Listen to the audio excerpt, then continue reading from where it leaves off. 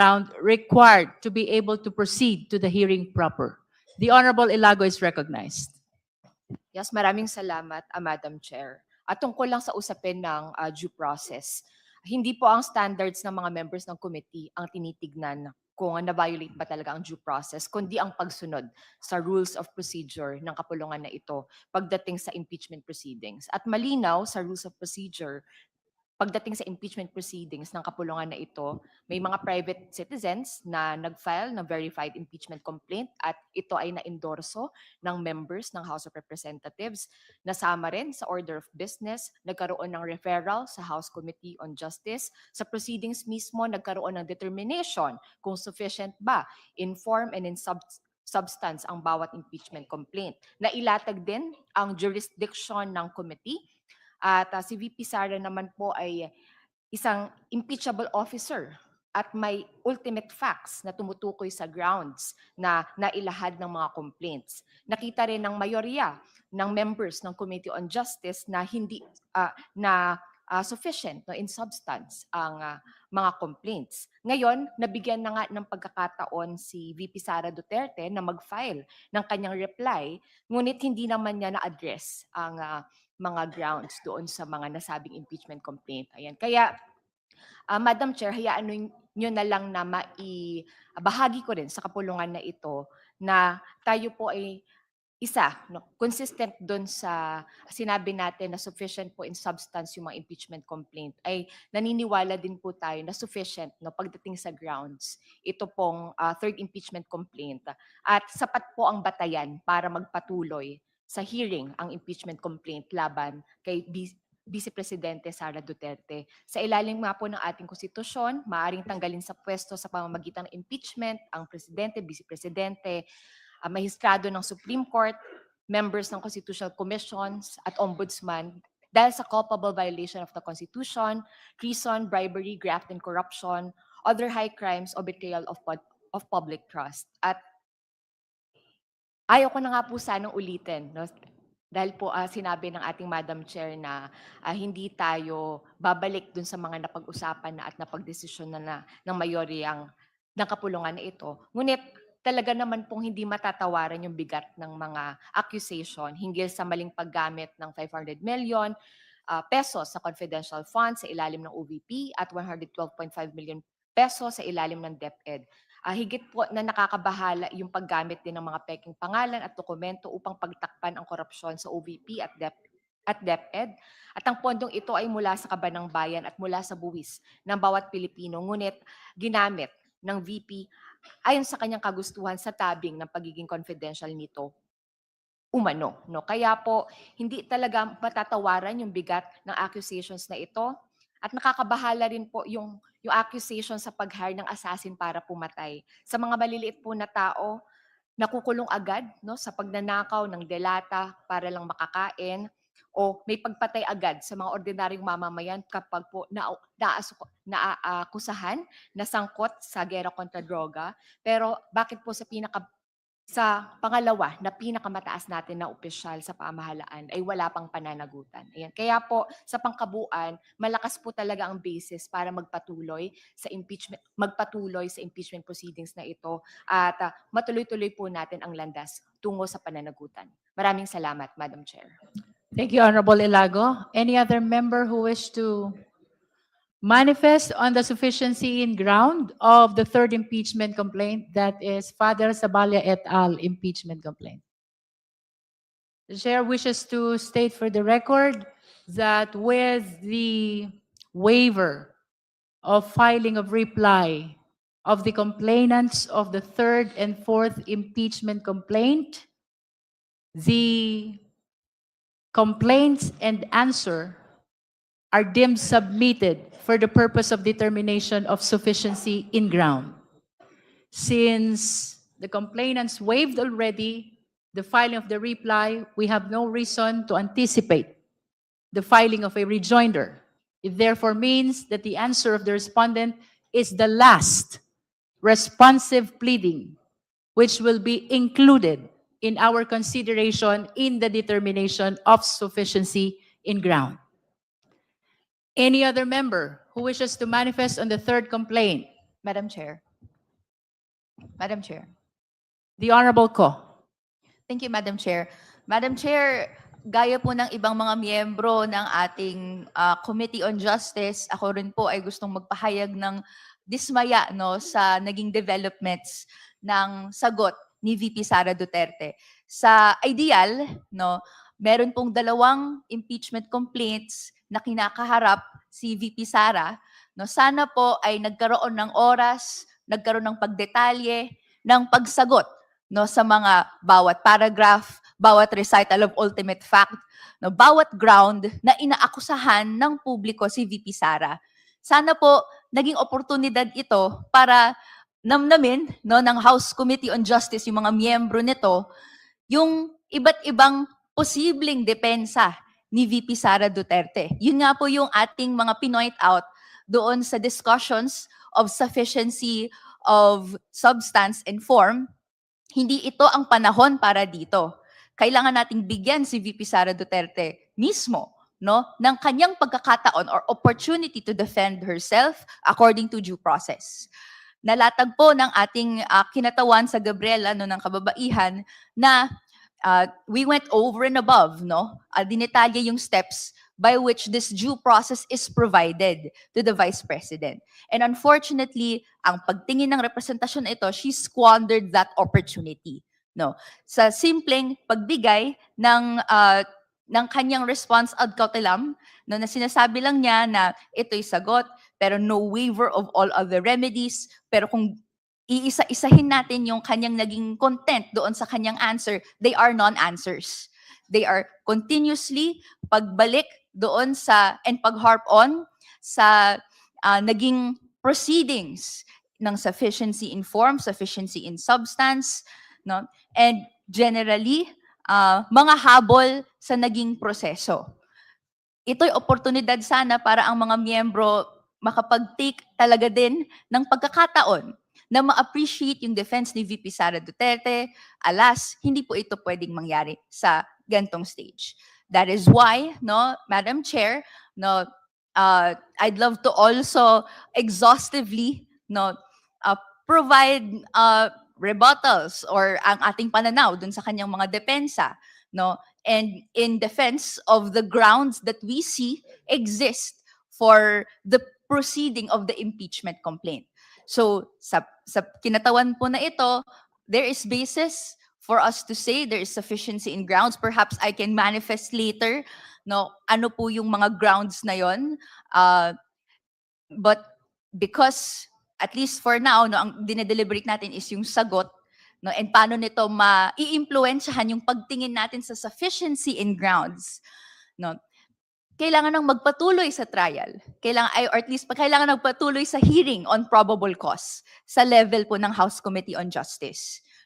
Magkaroon ng compulsion kay VP Sara and the other witnesses para i-present na yung evidence dito sa harap ng House Committee on Justice. That's all for now, Madam Chair.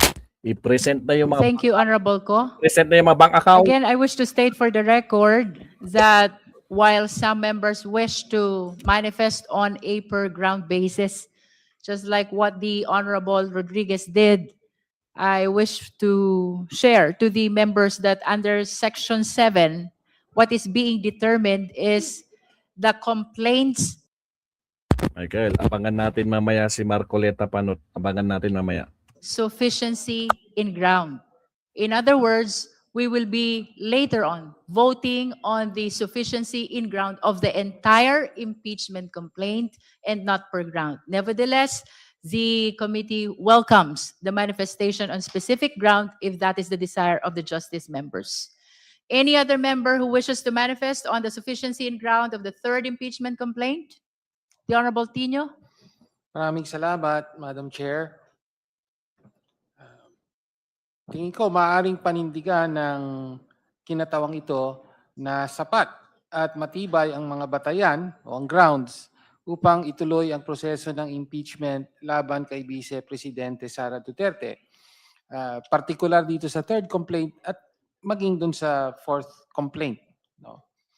Ipinapahiwatig, unang punto, ipinapahiwatig ng kanyang tugong isinumite ng ad cautelam with caution ang kanyang plano ngayon pa lang na idiskaril na ang proseso at takasan ng pananagutan sa pamamagitan ng pagtakbong muli sa Korte Suprema.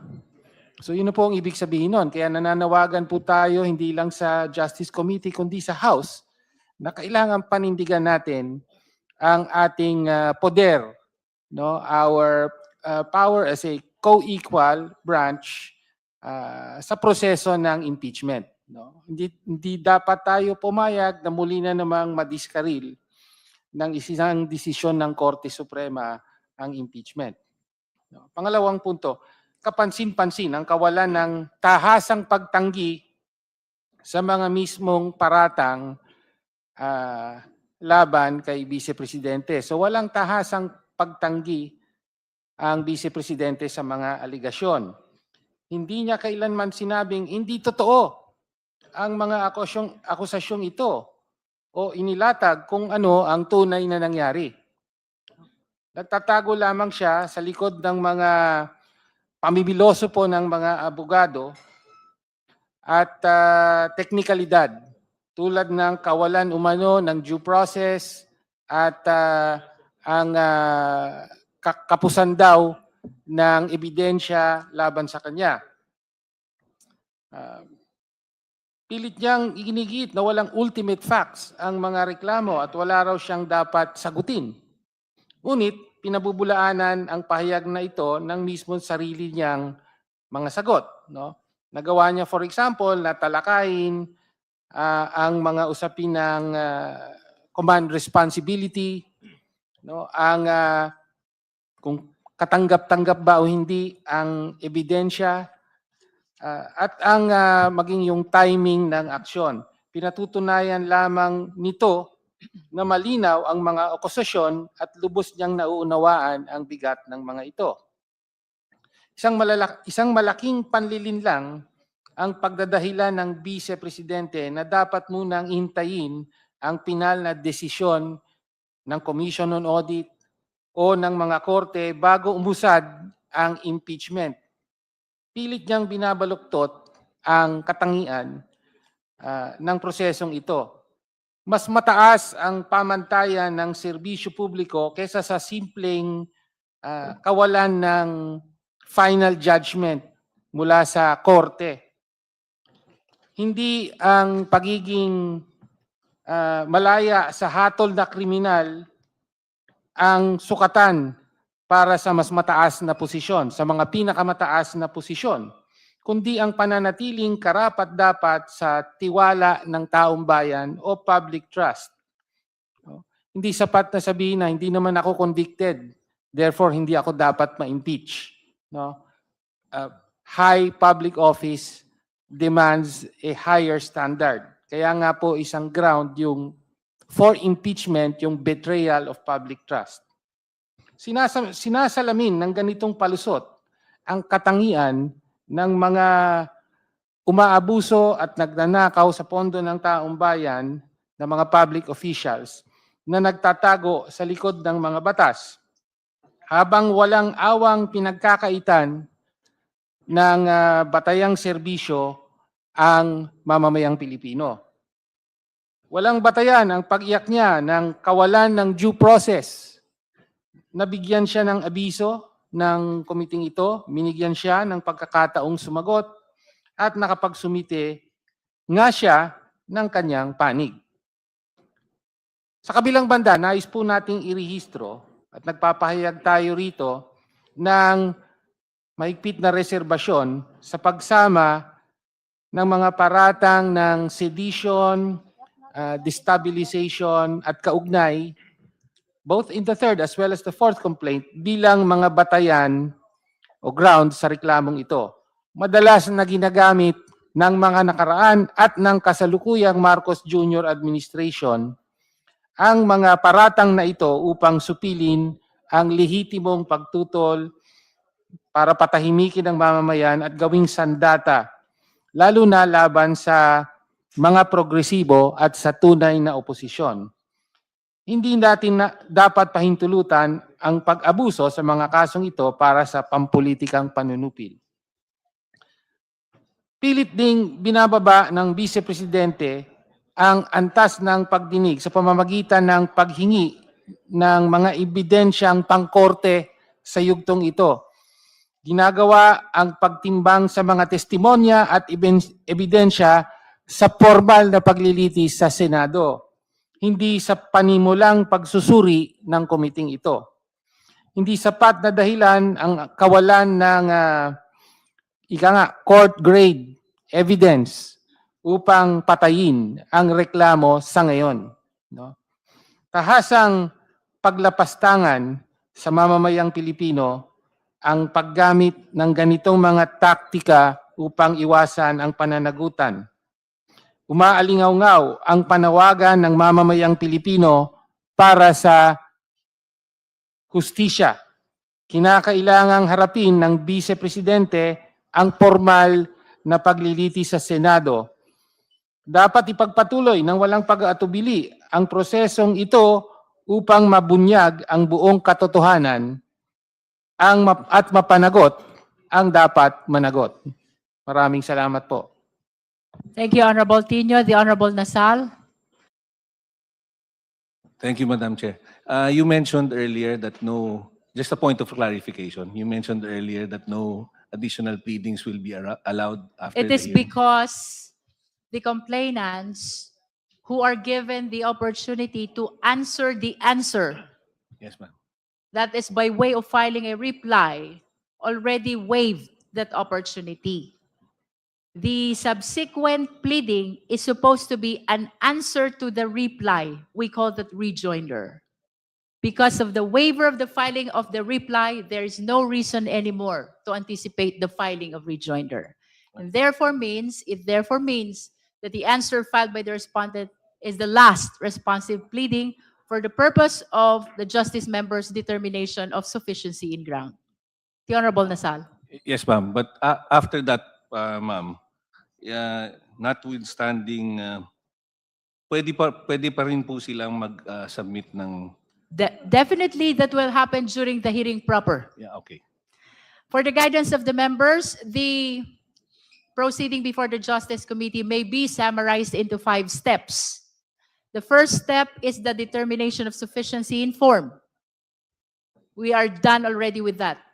Second step is the determination of sufficiency in substance. We are done already with that. Our third step is the filing of responsive pleadings. That includes the answer, the reply, and the rejoinder if there's no waiver of the filing of reply. These pleadings will be used for the purpose of the determination of sufficiency in ground. The next is the fourth step. That is the hearing proper. Notwithstanding the failure of the answer of the respondent to address the specific allegations of offenses and grounds, the respondent can still Submit it. present their evidence during the hearing proper. Thank you very much, ma'am. To complete the steps after the fourth step, when we are done with the presentation of all the evidence and witnesses of both the complainant and the respondent, we proceed to step 5. That is the determination of probable cause, where the justice members will vote by the majority of all the members. This time, this is not a simple majority. This is majority of all the members, which means it includes even those who are not attending the committee hearing.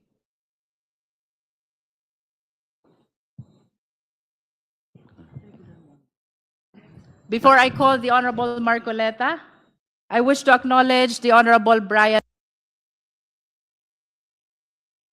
Kamit pala ako. Putragis si Marcoleta, magpapapansin dito. Tingnan natin. Po, Vice Chairperson, of course, of the Committee on Justice from FPJ Panday Bayanihan Party List. We also acknowledge the Honorable Bernadette S. Barbers from the 2nd District of Surigao del Norte. We acknowledge as well the Honorable Ramon Rodrigo L. Gutierrez, Deputy Majority. Anak ng kamote, mga kakabsat. Magpapapansin na naman itong si Marcoleta. Tandaan nyo guys, hindi siya member ng committee ito. Hindi siya member. Hindi rin siya magbo-vote. Pero magpapapansin siya ulit. Tingnan natin anong klaseng pagpapapansin at katangahan na naman ang gagawin niya dito. Pasok! The leader from One Rider Party List. We acknowledge the Honorable Ana Victoria Veloso Tuason, Deputy Majority Leader. We also acknowledge the Honorable Janice Degamo from the 3rd District of Negros Oriental. We thank and acknowledge the presence of our senior Deputy Speaker, the Honorable Ferdinand L. Hernandez from the 2nd District of South Cotabato. We also acknowledge the presence of the Honorable Julian Jam Baronda, Deputy Majority Leader. We acknowledge as well the Honorable Deputy Speaker Yaser Alonto Balindong. We also acknowledge Deputy Speaker Janet J. Garin, Deputy Speaker Jefferson F. Conghon, Deputy Minority Leader Honorable Reynolds Michael T. Tan, and Deputy Majority Leader Honorable Hill Cabarangay A. Acosta Jr. To all the justice members and ex-officio members who are here today, thank you for coming.